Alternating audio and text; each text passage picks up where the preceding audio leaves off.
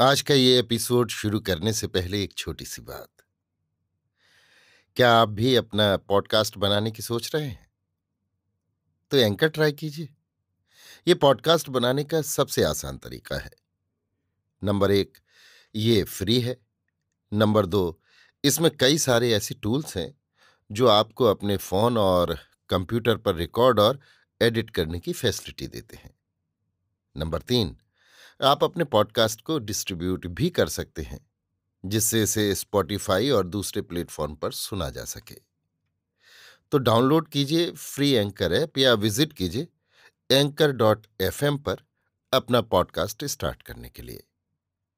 ये तो थी एक छोटी सी जानकारी, और अब शुरू करते हैं एपिसोड का सिलसिला। तो आज के एपिसोड में लीजिए सुनिए ओ हेनरी की लिखी कहानी मौसम की कामनाएं, मेरी यानी समीर गोस्वामी की आवाज में।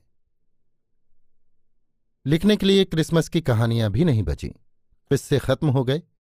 इसके बाद नंबर आता है अखबारों का, लेकिन इनका उत्पादन भी वे चतुर और नवयुवक पत्रकार कर रहे हैं जो बचपन में शादी हो जाने के कारण जीवन से उदासीन हो गए हैं। इसलिए मौसमी आमोद प्रमोद के लिए केवल 2 विकल्प रहे, तथ्य और दर्शन। आप उसे जो भी कहना चाहें उसी से हम शुरू कर देते हैं। बच्चे बड़े उपद्रवी जंतु होते हैं, जिनका मुकाबला करने के लिए हमें अजीब परिस्थितियों में से गुजरना पड़ता है। विशेषकर जब उनका बचकाना दुख उन पर छा जाता है, तब वो हमारी समझ में नहीं आ पाता। सांत्वनाओं का पूरा कोष हम उन पर खाली कर देते हैं और इसके बाद उन्हें पीटना शुरू करते हैं, जिससे वे सिसकते सिसकते नींद ले लेते हैं। तब हम लाखों वर्षों की खाक छानकर भगवान से इसका कारण पूछते हैं। बस इस प्रकार इस चूहेदानी से बाहर निकलना पड़ता है। रही बच्चों की बात, बूढ़ी आयाओं, कुबड़ों और कुत्तों के सिवाय उन्हें कोई नहीं समझ सकता। अब आप चिथड़ों की गुड़िया, फटेहाल आदमी और 25वीं दिसंबर वाले मामले के तथ्यों पर आइए। उस महीने की 10वीं तारीख को एक करोड़पति की बच्ची की चिथड़ों की गुड़िया खो गई। करोड़पति के हडसन नदी पर के महल में कई नौकर चाकर थे और उन्होंने सारे घर और मैदान को छान मारा, पर वो खोया हुआ खजाना नहीं मिला। लड़की 5 बरस की थी और उस जिद्दी किस्म की जानवर थी जो हीरों से जड़ी मोटर या घोड़े की फिटन को छोड़कर किसी भद्दे और सस्ते खिलौने पर अपना स्नेह उंडेल देने के कारण अपने धनवान माँ बाप के मन पर गहरा आघात पहुंचाते हैं। बच्ची को अत्यंत दुख हुआ और सच्चा ही हुआ। वे करोड़पति उसे कैसे समझ सकते थे, जिनके लिए गुड़ियों का बाजार भी उतना ही दिलचस्प था जितना शेयर बाजार। और बच्ची की माँ, वे श्रीमती जी भी कैसे समझ पातीं, जो बहुत सुंदर थीं, सिर्फ सुंदर, जैसा कि आप देखेंगे।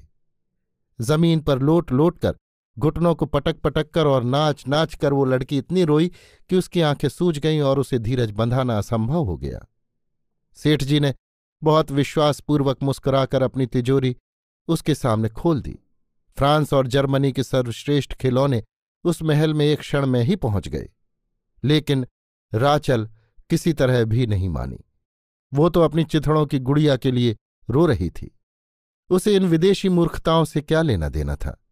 तब उन डॉक्टरों को बुलाया गया जिनमें मरीजों के पास रहने की तमीज होती है और जिनके पास स्टाप घड़ियां होती हैं। एक के बाद एक उन सब ने लोहे को गलाने वाले रसायनों, समुद्री यात्राओं और बड़ी बड़ी दवाइयों की व्यर्थ चर्चाएं की, जब तक उनकी स्टाप घड़ियों ने बता दिया कि उनकी कीमत 2 कौड़ी भी नहीं है। तब मनुष्यता के नाते उन्होंने यही सलाह दी कि वो चिथड़ों की गुड़िया खोज निकाली जाए और अपनी शोकग्रस्त मालकिन को सौंप दी जाए। बच्ची ने दवाइयों से मुंह फेर लिया। वो अपना अंगूठा कुतरने लगी और अपनी बेटसी के लिए विलाप करने लगी। और इस सारे समय में सांता क्लॉज के तार आ रहे थे कि वे जल्दी ही आकर क्रिसमस के उल्लास को प्रकट करने में हमारा साथ देने वाले हैं और अब जगमग कमरों को, बीमा पॉलिसियों को और क्रिसमस वृक्षों को स्वागत की तैयारी करने के लिए अधिक समय नहीं दे सकते। चारों ओर क्रिसमस की छटा फैली हुई थी। बैंक उधार देने से मना कर रहे थे। गिरवी रखने वाले महाजनों की संख्या दूनी हो गई थी। सड़क पर लोग आपके पंजों को कुचलकर आगे बढ़ रहे थे। मैखानों में आपको एक पांव पर खड़ा देखकर थॉमस और जेरेमियाह बड़बड़ा रहे थे। दुकानों के दरवाजों में अतिथि सत्कार के लिए स्वागतम के पवित्र पुष्प लटक रहे थे और जिनके पास अपने फर के कोट थे वे उन्हें बाहर निकाल रहे थे। आप जान नहीं सकते कि क्या पसंद करना। 3 बॉल यानी महाजन की दुकान, हाई बॉल यानी शराब, माथ बॉल यानी डामर की गोलियां या स्नो बॉल यानी बर्फ की गेंद। प्राणों से भी प्यारी अपनी चिथड़ों की गुड़िया खोने का ये समय तो बिल्कुल नहीं था। यदि डॉक्टर वाटसन के खुफिया दोस्त को इस गुड़िया के रहस्यपूर्ण ढंग से गुम हो जाने की छानबीन करने के लिए बुलाया जाता तो वो निश्चय ही उस करोड़पति के महल की दीवार पर वैम्पायर के चित्र को अवश्य देखता। इससे शीघ्र ही तर्क द्वारा ये नतीजा निकलता, एक गुदड़ी, एक हड्डी और एक केशों का लच्छा। बच्चों के प्राणों को चिथड़े की गुड़िया के बाद प्यारा फ्लिप नामक एक स्कॉच टेरियर कुत्ता एक बार हाल में घुस आया। आहा, बालों का लच्छा, उस गुड़िया की शोभा वो बालों का गुच्छा। लेकिन हड्डी, जब कुत्तों को हड्डी पा लिया, फिलिप के पंजों की छानबीन करने का नतीजा निकल आया। देखो वॉटसन, सूखी मिट्टी, कुत्ते के पंजे के बीच सूखी मिट्टी। बेशक उस कुत्ते ने, लेकिन शर्लक वहां नहीं था, इसलिए यहां मामला वहीं रह गया। लेकिन वास्तुकला और नक्शा नवीसी को हस्तक्षेप करना पड़ेगा। करोड़पति के महल ने बहुत बड़ी जगह घेर रखी थी। उसके सामने महीन कटी हुई घास थी, जैसे किसी दक्षिण आयरलैंड वासी के मुंह पर हजामत करने के 2 दिन बाद दाढ़ी होती है। उसके एक तरफ दूसरी गली के सामने एक कुंज था जिसका एक एक पत्ता संवारा हुआ था, और वहीं पर एक गैरेज और एक अस्तबल था। वो स्कॉच कुत्ता शिशुशाला से उस चीथड़े की गुड़िया को जबरदस्ती उठाकर लाया, बगीचे के एक कोने में घसीट ले गया, एक गड्ढा खोदा और किसी लापरवाह ठेकेदार की तरह उसे गाड़ दिया। ये रहस्य सुलझ गया। न उन जासूसों का बिल चुकाना पड़ा और न सार्जेंट को कुछ देना।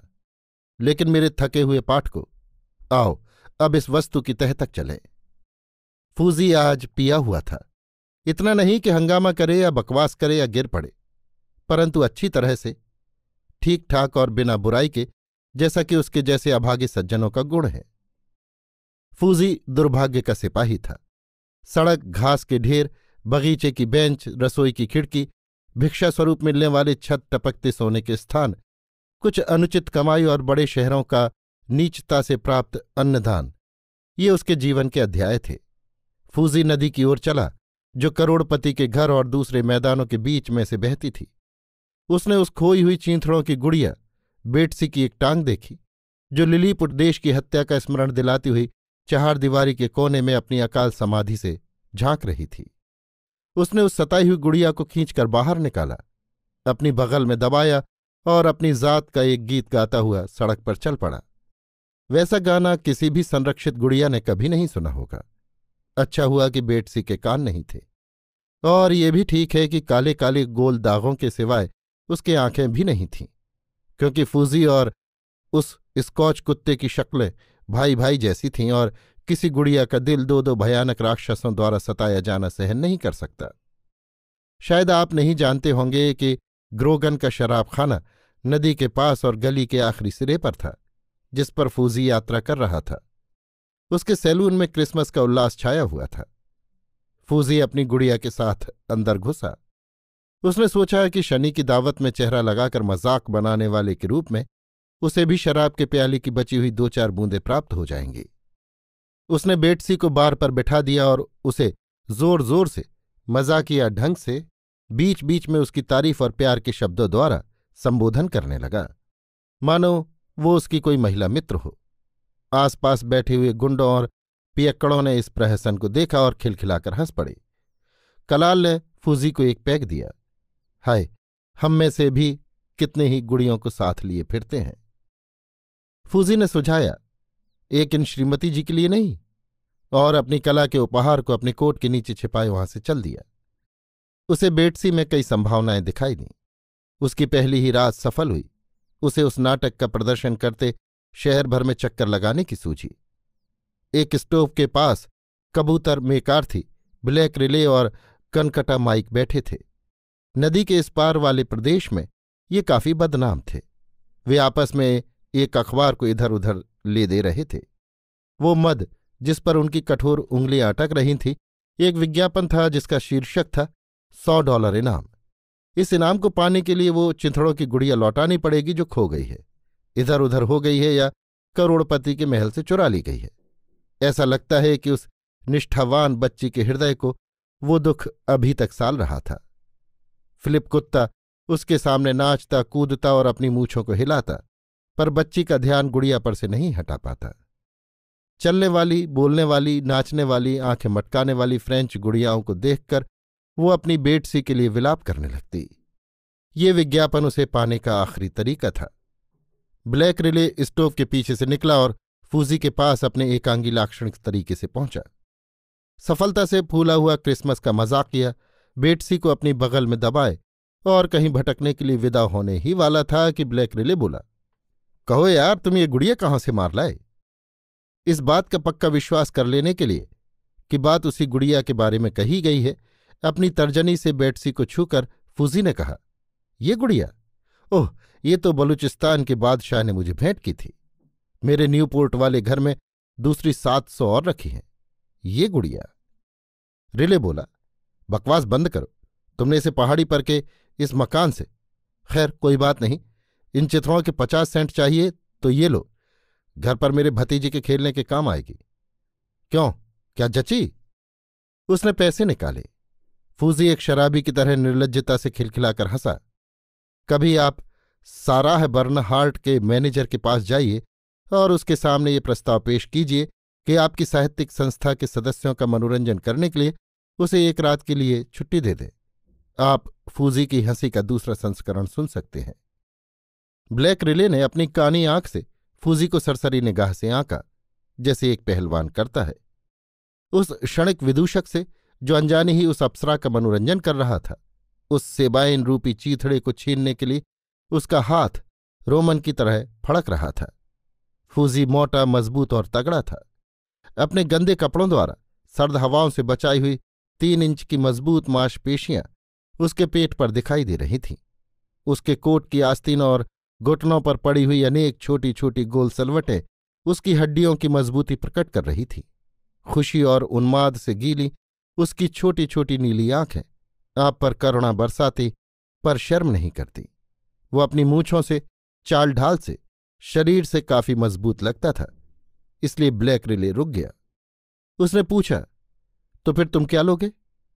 भारी दृढ़ता के साथ फूजी ने कहा, पैसा इसे नहीं खरीद सकता। उस पर किसी कलाकार की प्रथम उपलब्धि के मधुर प्याले का नशा चढ़ा हुआ था।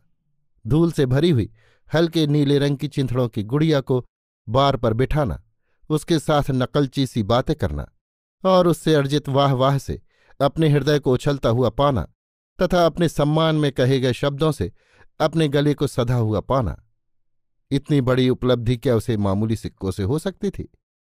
आप देखेंगे कि फूजी में भी सहृदयता थी। फूजी दूसरे होटलों पर विजय की खोज में किसी शेर की शान से निकल पड़ा। अभी तक संध्या का धुंधलापन भी नहीं दिखाई पड़ा था, फिर भी किसी गहरी देगची में से उछलने वाले मटर की तरह जगह जगह प्रकाश की किरणें चमक उठी थीं। आतुरता से प्रत्याशित क्रिसमस की सांझ समय की सीमा पर झांक रही थी। लाखों लोगों ने उसे मनाने की तैयारी की थी। सारा शहर लाल रंग दिया जाएगा। आपने खुद भी उसके स्वागत में बजने वाले नगाड़े की आवाज सुन ली होगी। ग्रोगन के मैखाने के बाहर कबूतर में कार्थी, ब्लैक रिले और कनकटे माइक ने जल्दी से मशविरा किया। वे कायर और हल्के छोकरे थे जो खुलकर सामने तो नहीं लड़ सकते थे, पर अपने युद्ध कौशल में किसी खूंखार तुर्क से भी अधिक खतरनाक थे। आमने सामने की लड़ाई में फूजी इन तीनों को मार गिराता। अपनी मर्जी के अनुसार संघर्ष करने में वो पहले से ही पिट चुका था। उन्होंने फूजी और बेटसी को उस समय पकड़ा जब वो कास्टिगन के होटल में घुस रहा था। उन्होंने उसका ध्यान खींचा और वो अखबार उसके नाक पर टिकाकर बताया। फूजी पढ़ सकता था। उसने कहा, लड़को, तुम तो वाकई मेरे सच्चे दोस्त हो। मुझे सोचने के लिए 1 हफ्ते का समय दो। सच्चे कलाकार का मन बड़ी मुश्किल से संतुष्ट होता है। 3 लड़कों ने बहुत सावधानी से उसे समझाया कि विज्ञापनों के आत्मा नहीं होती और आज के दिन की पूर्ति कल से नहीं की जा सकती। बहुत सोच विचार के साथ फूजी ने कहा, एकदम 100। फिर वो बोला, लड़को, तुम मेरे सच्चे दोस्त हो। मैं अभी जाकर इस इनाम की मांग करता हूं। आजकल नाटकों में भी पहले वाला दम नहीं रहा। रात घिरती आ रही थी। वे तीनों उसके साथ उस पहाड़ी तक गए जहां करोड़पति का महल था। वहां पहुंचकर फूजी चिड़चिड़ा हो गया। वो गुर्राया, चिकने मुंह वाले शिकारी कुत्तों, चले जाओ यहां से। वे चले गए। थोड़ी दूर कबूतर मैकार्थी की जेब में कोई 8 इंच लंबा एक नल का टुकड़ा था। उसके सिरे पर और बीच में सीसा यानी बंदूक की गोलियां भरा था। उस नले के आधे हिस्से में धातु जोड़ने का मसाला भरा था। ब्लैक रिले एक पुराना ठग होने के कारण अपने साथ एक ढेल बांस रखता था। कनकटा माइक 2 लोहे के पेंचों पर ही भरोसा रखता था। ब्लैक रिले बोला, हम क्यों जाकर लाएं? जब कोई हमारे लिए ये काम कर दे उसे यहां तक लाने तो दो। क्यों?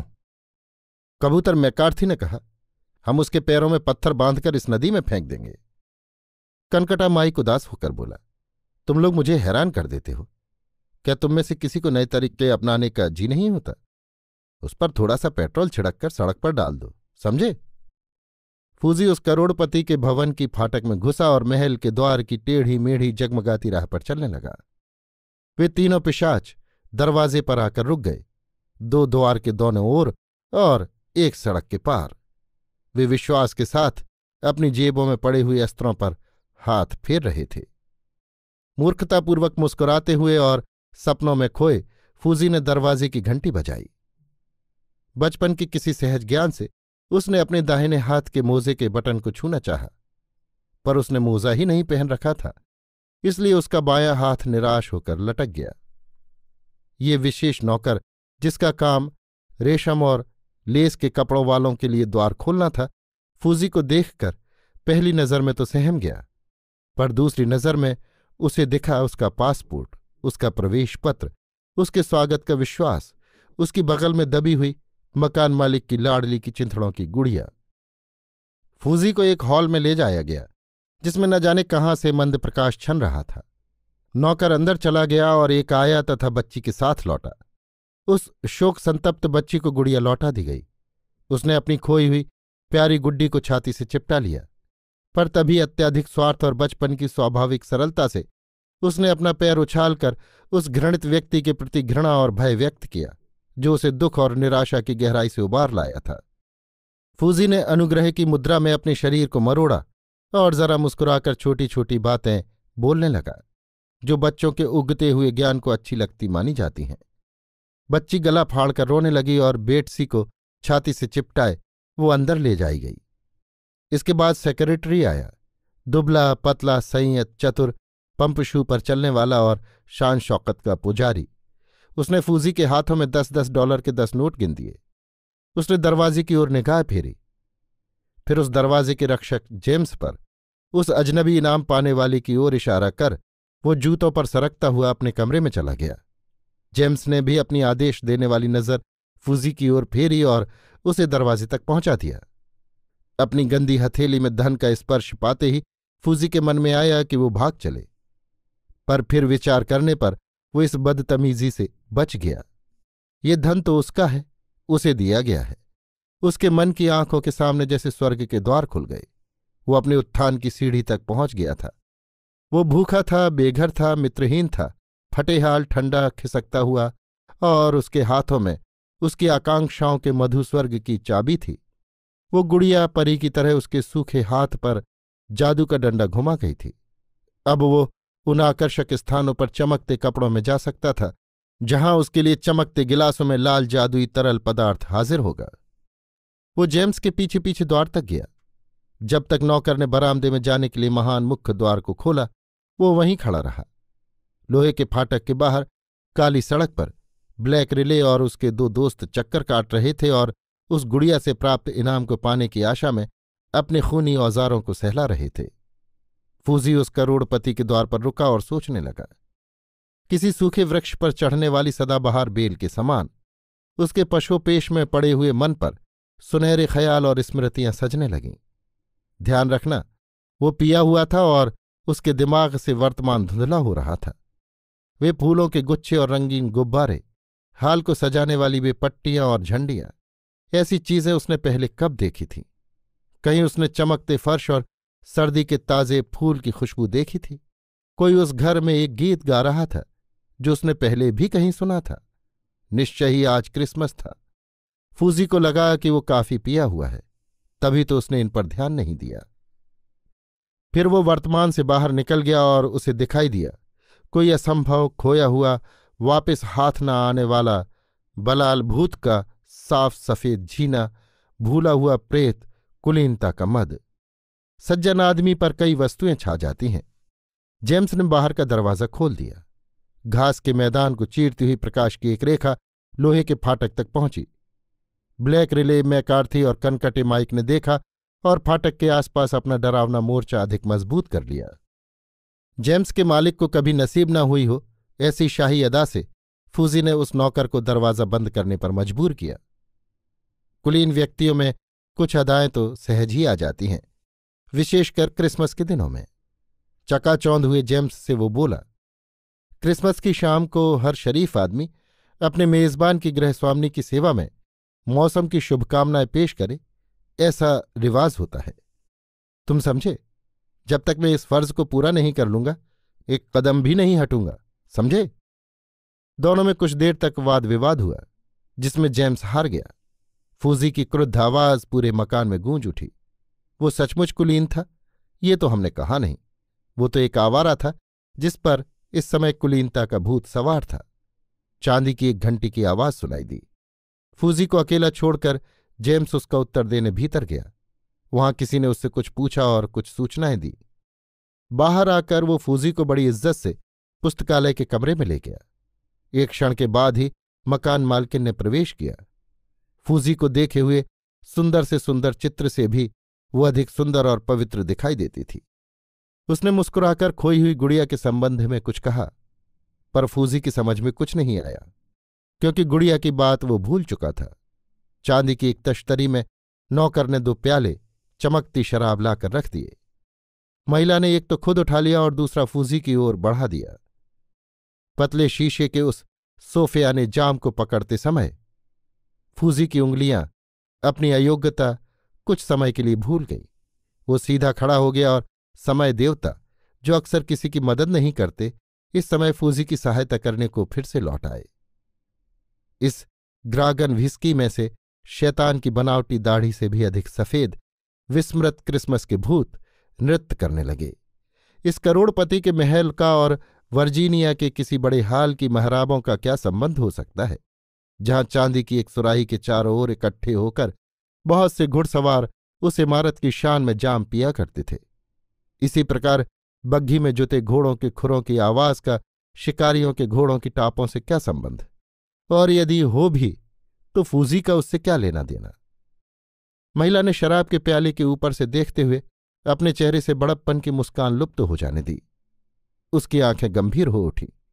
उन फटे पुराने कपड़ों और स्कॉच टेरियर कुत्ते की सी मूंछों के नीचे उसे कोई ऐसी चीज दिखाई दी जिसे वो समझ न सकी। इसकी कोई आवश्यकता भी नहीं थी। अपना प्याला उठाकर सूनी हंसी हंसता हुआ फूजी बोला, माफ करना श्रीमती जी, मौसम की शुभकामनाएं मकान मालकिन की सेवा में अदा किए बिना मैं जा नहीं सकता था। ये बात शरीफ लोगों के व्यवहार के खिलाफ होती। उसने खड़े होकर उस जमाने का मुजरा किया कि जब मर्दों में भी भड़कीले कपड़े और पाउडर का प्रयोग करने का रिवाज था। उसने आरंभ किया, नए वर्ष की शुभकामनाएं। ये कहकर फूजी की याददाश्त धोखा दे गई, परंतु महिला ने उसकी सहायता की। आपके दरो दीवार पर बरसें। फूजी हकलाया, और मेहमानों पर। मुस्कुराते हुए महिला ने उसकी मदद की, घर की मालकिन पर भी। सहसा फूजी बदतमीजी से बोला, ओह छोड़ो भी, कुछ याद नहीं आता। फूजी तीर छोड़ चुका था। वे दोनों पीने लगे। महिला के मुख पर बड़े आदमियों की हंसी छाई हुई थी। जेम्स ने आकर फिर एक बार फूजी को घेर लिया और उसे दरवाजे की ओर हाँक ले चला। पूरे मकान में सरोद का मधुर संगीत छाया हुआ था। बाहर ब्लैक रिले हाथ मलता हुआ फाटक के इर्द गिर्द चक्कर काट रहा था। महिला अपने आप से बोली, समझ में नहीं आता कौन है। उन दिनों तो कई आया करते थे। इतने गहरे पतन के बाद पुराने जमाने की याद आना अभिशाप है या वरदान, कौन जाने। फूजी को लेकर जेम्स दरवाजे तक पहुंच चुका था कि सहसा मालकिन ने उसे पुकारा। आज्ञाकारी नौकर फूजी को वहीं खड़ा छोड़कर वापस चला गया। फूजी के अंतर में उठने वाली वो क्षणिक चमक लुप्त हो चुकी थी। बाहर ब्लैक रिले हाथ में नल का टुकड़ा दबाए पिंजरे में बंद जानवर की तरह चक्कर काट रहा था। महिला ने जेम्स से कहा, इन महाशय को सम्मान से नीचे पहुंचा दो और लुई से कहो कि मर्सिडीज गाड़ी में वो जहां जाना चाहे इन्हें पहुंचा दिया जाए। अभी आप सुन रहे थे ओ हेनरी की लिखी कहानी मौसम की कामनाएं, मेरी यानी समीर गोस्वामी की आवाज में।